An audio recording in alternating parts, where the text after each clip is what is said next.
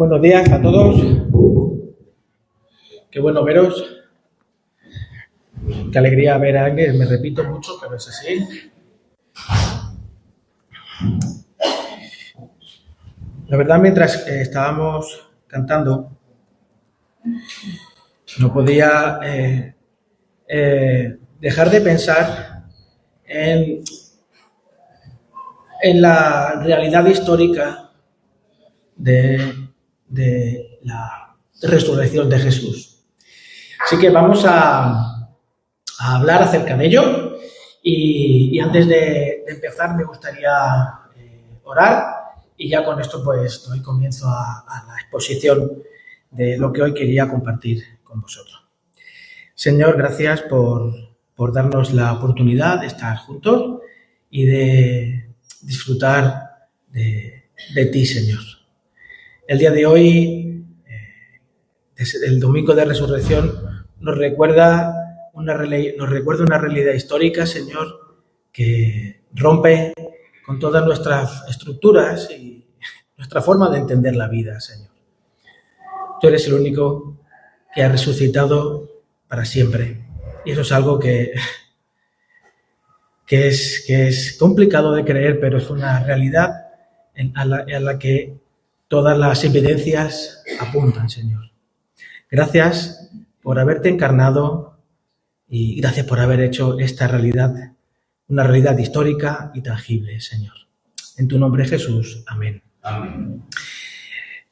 Imagina que un día abres el periódico y encuentras una noticia increíble. Un Ford Fiesta, mi padre tuvo un Ford Fiesta antiguo, ahora los hay, claro, antiguo porque ahora son modernos. Un Ford Fiesta.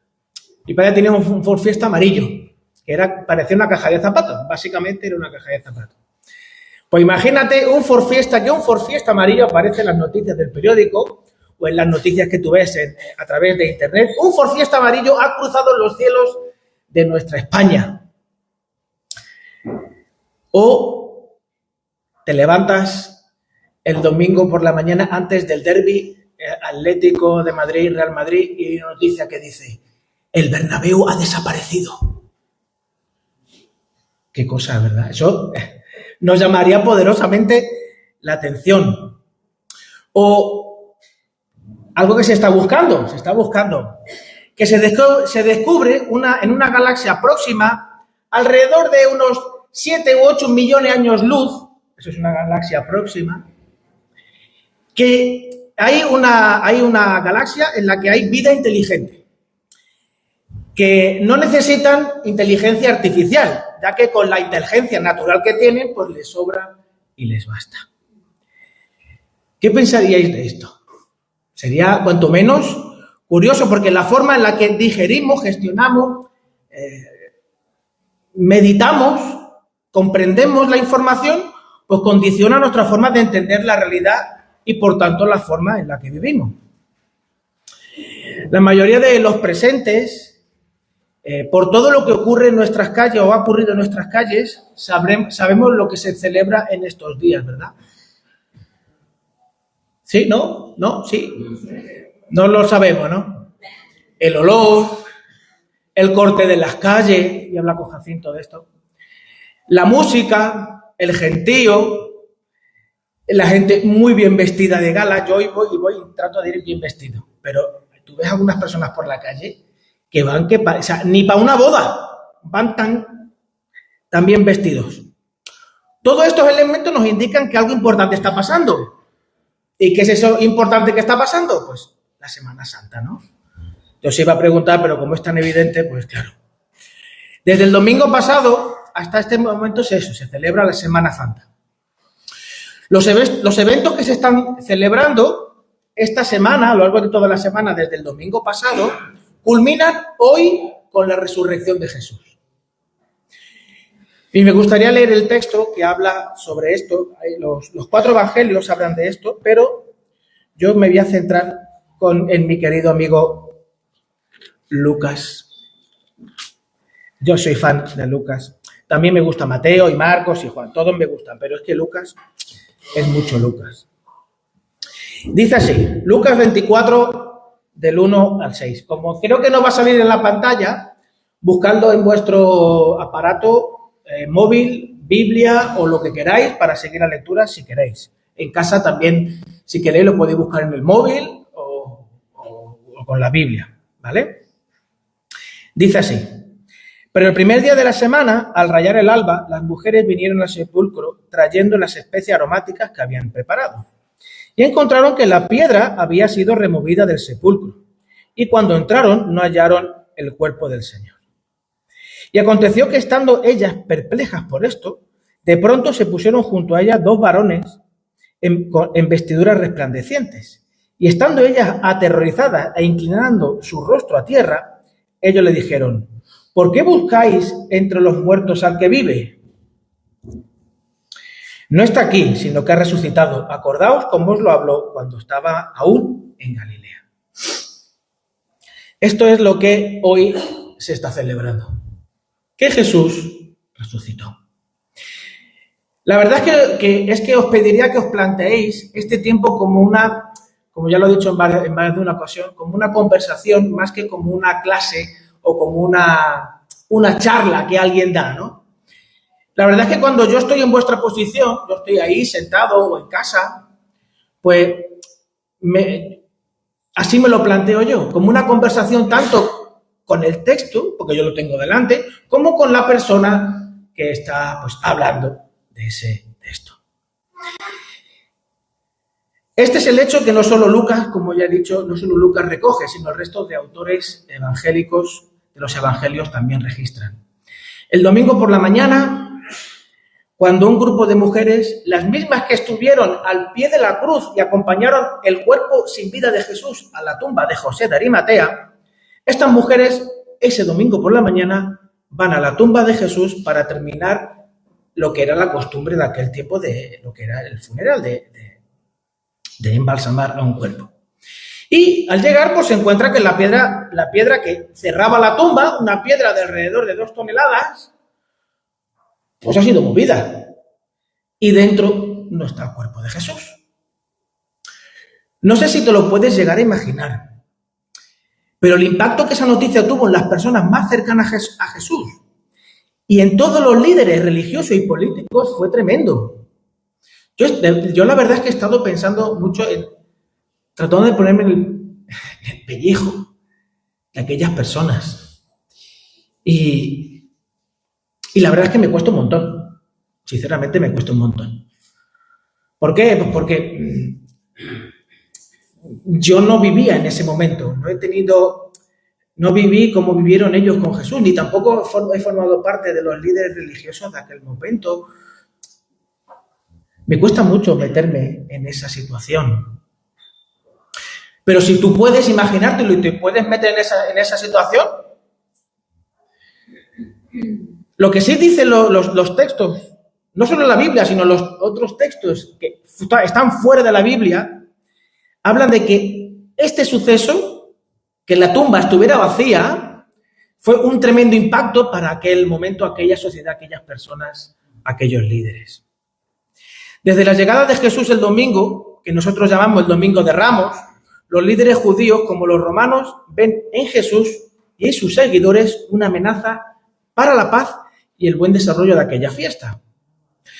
La fiesta de la Pascua era la celebración de que Dios había liberado a su pueblo de la esclavitud en Egipto. Claro, ¿qué situación estaban viviendo los judíos en aquel momento? Pues estaban sometidos bajo el Imperio Romano.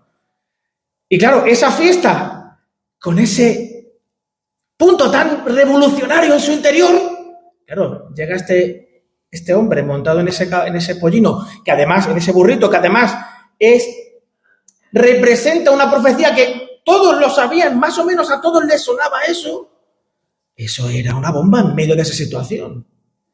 Porque todo el pueblo estaba esperando que alguien los liberase de esa situación.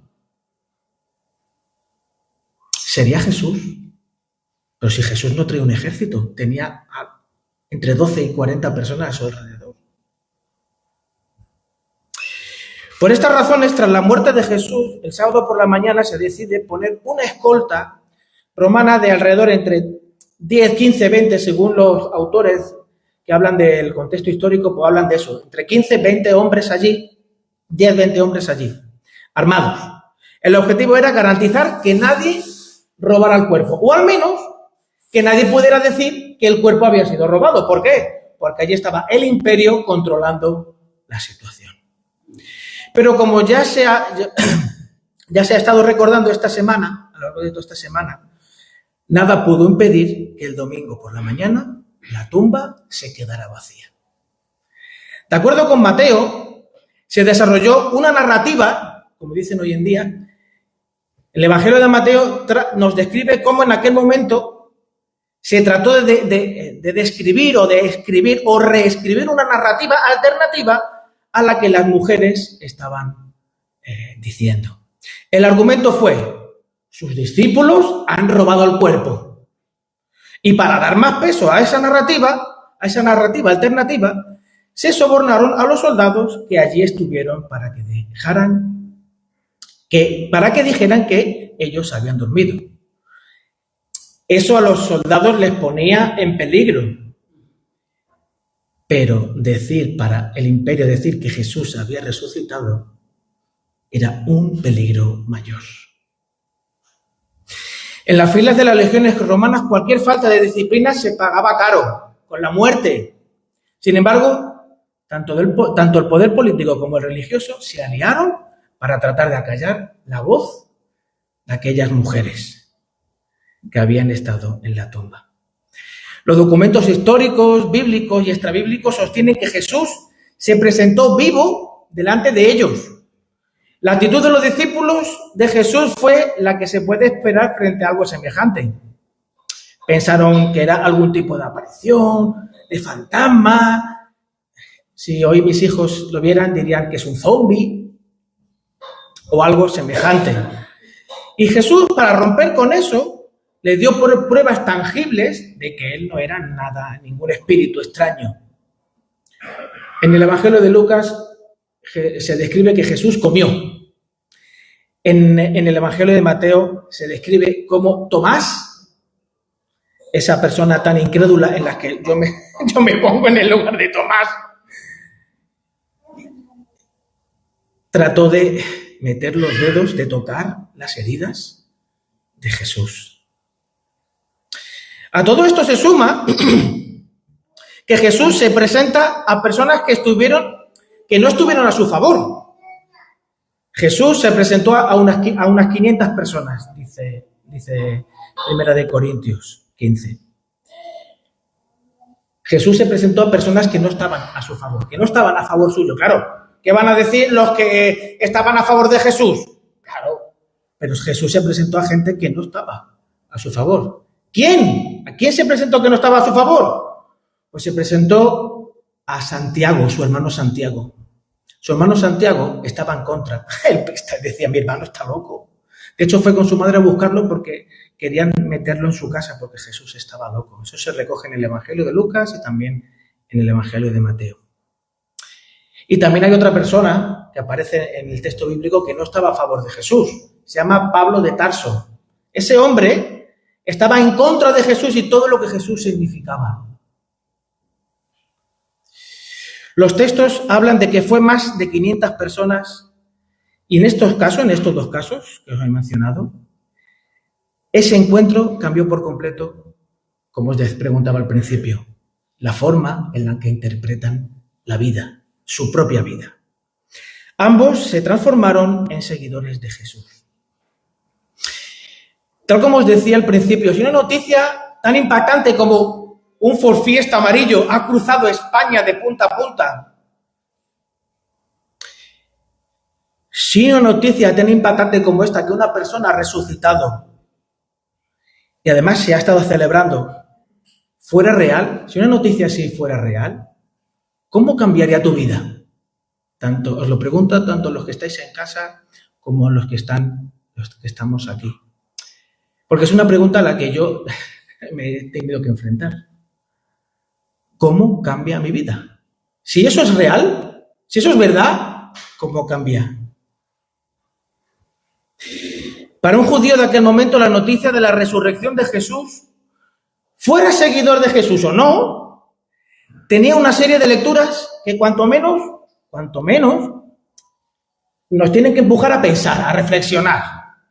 En primer lugar, la resurrección de Jesús hubiera significado, para un judío de aquel momento, que el fin del mundo ha comenzado.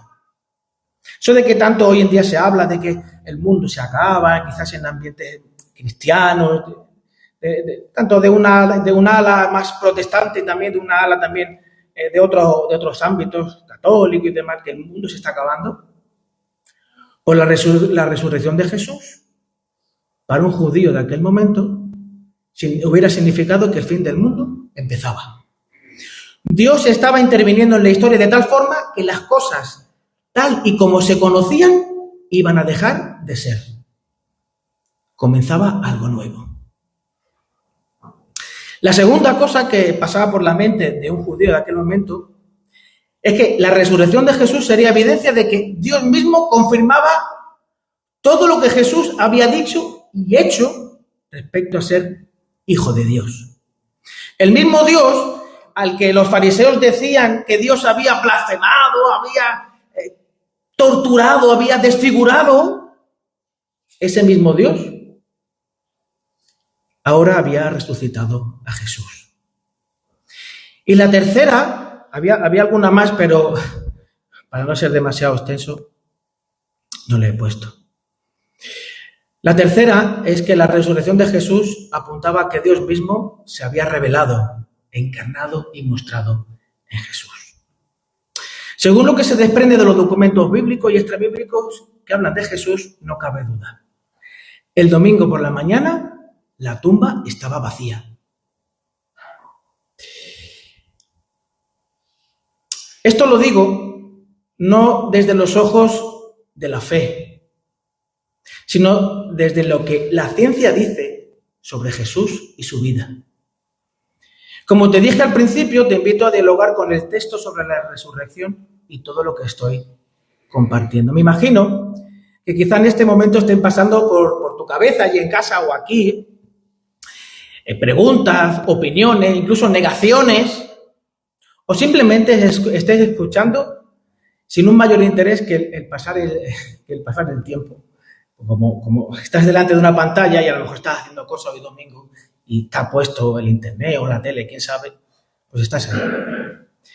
Pero ¿no es llamativo que esa noticia de que un muerto resucitado haya impactado la vida de aquellas personas e instituciones?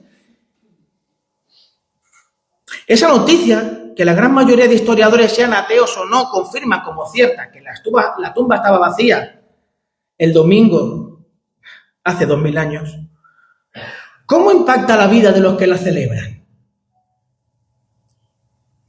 La verdad es que no puedo evitar comparar la experiencia vital de aquellas personas que vivieron la experiencia de la resurrección de Jesús en primera persona con nosotros hoy, frente al mismo hecho. Investigando esto, me encontré con un artículo que analiza el origen de la Semana Santa. El autor describe que el origen es muy antiguo, pero el modelo que vemos en nuestras calles comenzó sobre el siglo XII, XI. La intención inicial de la Semana Santa, más o menos tal y como la conocemos hoy, aunque ha ido evolucionando, está muy chulo el texto, este artículo de este doctor en Sociología de la Universidad de Valencia. Dice que comenzó muy atrás, ¿no? Pero los elementos que hoy conocemos ya se empiezan a vislumbrar en el siglo XI y el siglo XII. Y la intención inicial era la de representar e incluso imitar los padecimientos de Jesús. ¿Para qué? Con el objetivo de recordar y reconducir, de recordar lo que Jesús hizo y tratar de reconducir las conductas que no se correspondían con lo que debería de ser una buena conducta, ¿verdad? La idea es que al ver la sangre y el sufrimiento de Jesús, las personas se verán empujadas a un cambio en su vida.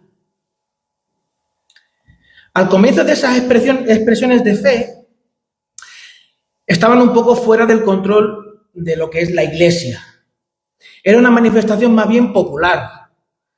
Esto llegó al extremo de verdaderas representaciones de crucificados, de flagelaciones. De hecho, las flagelaciones hoy en día aún se conservan en algunas zonas de España. Y de alguna forma, en la expresión popular de la Semana Santa se buscaba eso. Ese impacto que provocó en las personas que lo vivieron de primera mano, pues que lo viviesen las personas que veían cómo se representaba esa muerte y crucifixión, ese sufrimiento del justo. Eso impregnó todos los estamentos de la Edad Media. De hecho, las cofradías, los que hoy entendemos como cofradía o hermandad, estaban muy vinculadas a los gremios de los oficios. La Virgen de los marineros, el patrón de los carpinteros, y así podemos entrar en un montón. La verdad es que podríamos entrar a valorar bíblicamente, desde el siglo XXI en el que nos encontramos, tratar de valorar bíblicamente esas expresiones. Pero al punto al que quiero llegar es que hoy en día la Semana Santa ha sido absorbida por el individualismo y el turismo religioso. Las personas tratan de consumir espiritualidad. Llegados a este punto, nadie se escapa. Fijaos lo que recoge este doctor en sociología sobre algunos testimonios que aparecen en su texto de investigación. Estas preguntas no aparecen en el texto, pero son las preguntas que a mí me evoca la respuesta, ¿vale? La pregunta sería esta: ¿cuál es la motivación que tienen las personas que pertenecen a una cofradía o hermandad? La respuesta de uno de ellos, que aparece en la página 25 del texto, si alguno lo quiere, se lo puedo pasar, dice: está pues la gente que necesita comunicarse con alguien, que se siente sola. La gente que necesita estar con otros para poder llegar a vivir la devoción. O sea, el juntarnos como manada para poder retroalimentarnos las emociones y así vivir la devoción.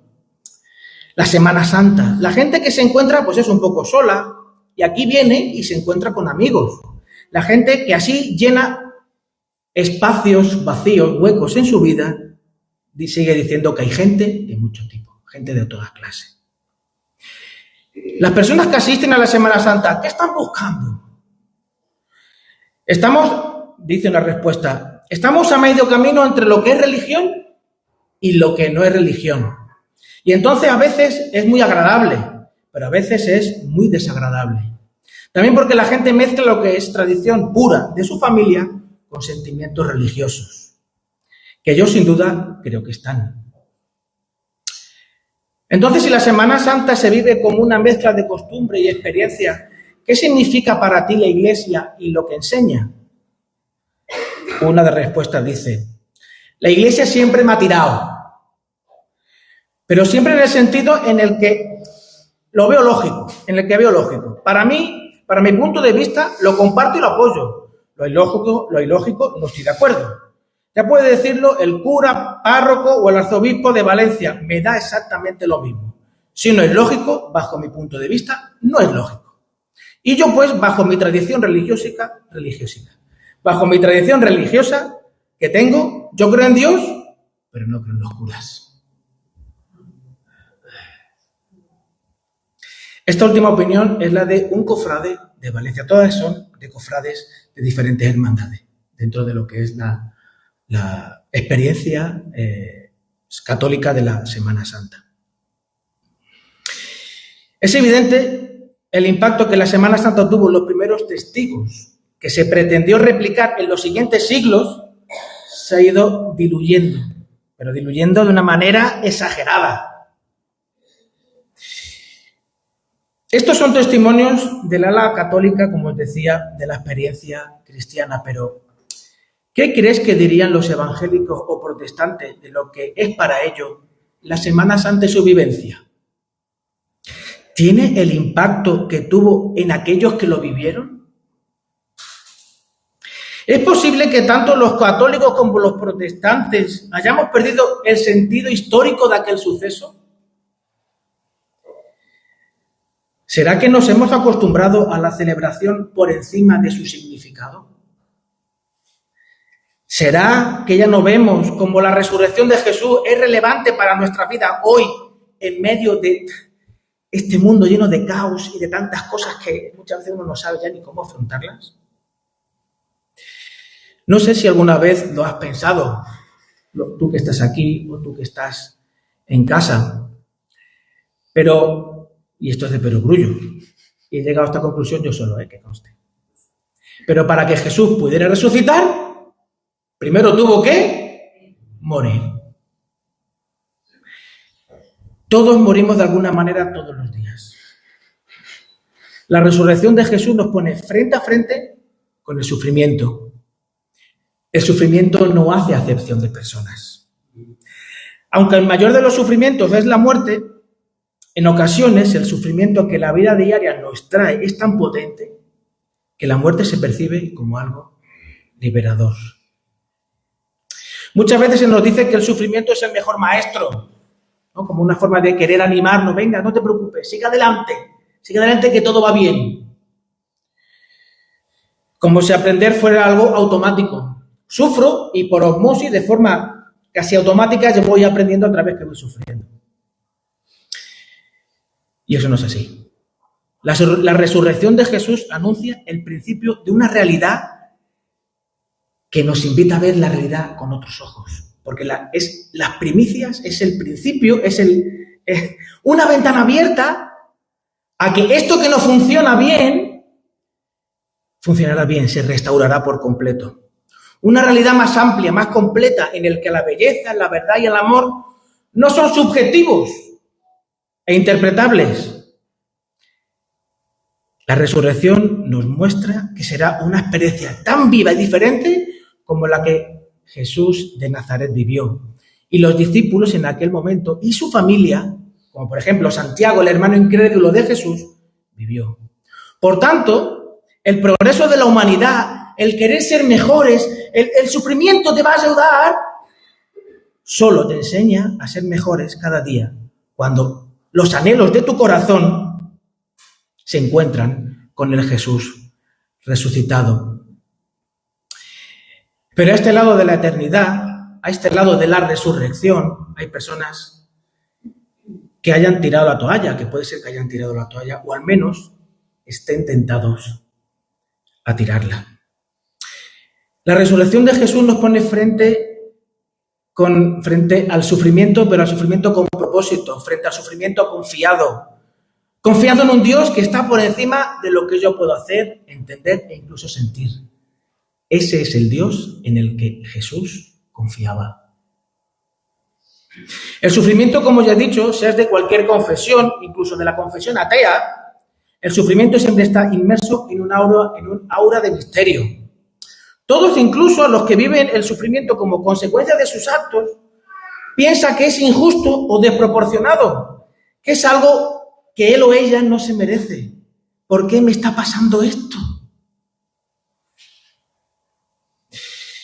Jesús sufrió como cualquier ser humano de su época.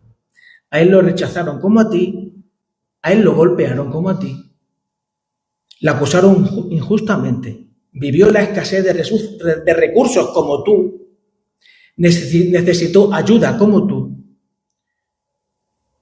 Vivió, no hizo trampas, vivió como cada uno de nosotros. La resurrección de Jesús nos pone frente a frente al que no está solo frente al sufrimiento. El Jesús resucitado está a tu lado y si quieres, puedes sentirlo en tu interior de una forma mucho mejor y más potente que cualquier experiencia espiritual de la que hayas podido vivir en esta Semana Santa. El Espíritu de Cristo no es una píldora que te tomas cuando te duele algo y hace efecto solo mientras estás bajo el efecto de su exposición. La esencia de Jesús, como si de un perfume se tratara, te acompañará toda tu vida. Jesús murió como murió porque también vivió como vivió. Su resurrección es el anticipo de todos aquellos que han descansado en su perdón y le reciben en su interior como Señor y Salvador. Hoy recordamos, y quizás tú, que estás en casa, celebras, quizás sin saberlo, que la tumba desde 2000 años a las afueras de Jerusalén está vacía.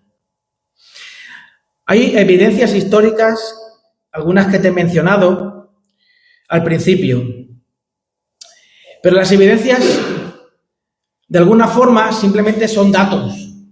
Son como flechas que apuntan hacia un lugar, hacia una persona en este caso.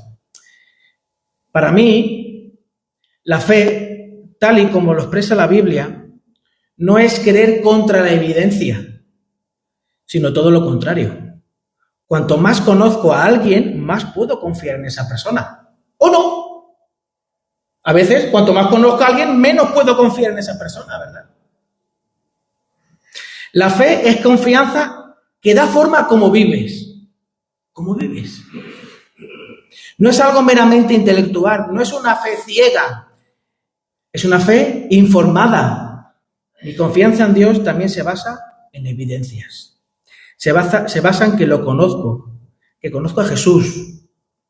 Se basa en mis experiencias con Él, en mi caminar con Él diario, en poder, en sentir y experimentar su compañía en los momentos de dificultad y su alegría en los momentos de alegría.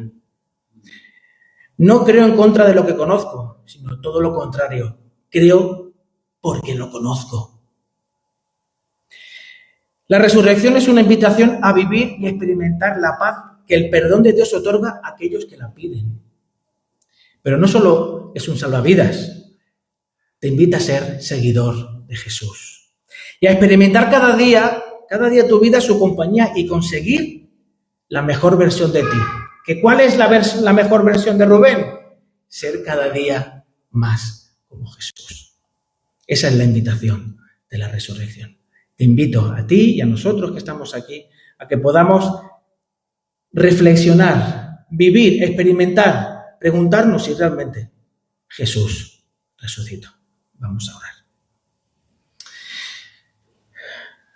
Señor, tú dijiste de alguna forma a través del testimonio que aparece en el texto bíblico, Señor, que si tú no hubieras resucitado,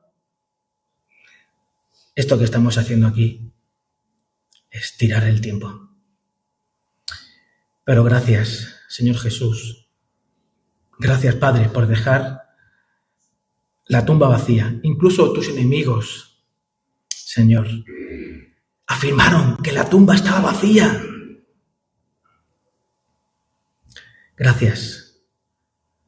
No solo por resucitar, sino también por permanecer aquí con cada uno de los que creen y deciden seguirte, Señor. Te ruego, Señor, que en esta mañana todos aquellos que estén anhelando vivir la Semana Santa, vivir el día de resurrección, experimentar tu resurrección, como tú lo viviste, Señor, pues se acerquen a ti y hablen contigo, Señor. Gracias, Señor Jesús, por darnos la oportunidad de conocerte y de también poder compartir juntos la alegría de que tú has resucitado. En tu nombre, Señor. Amén.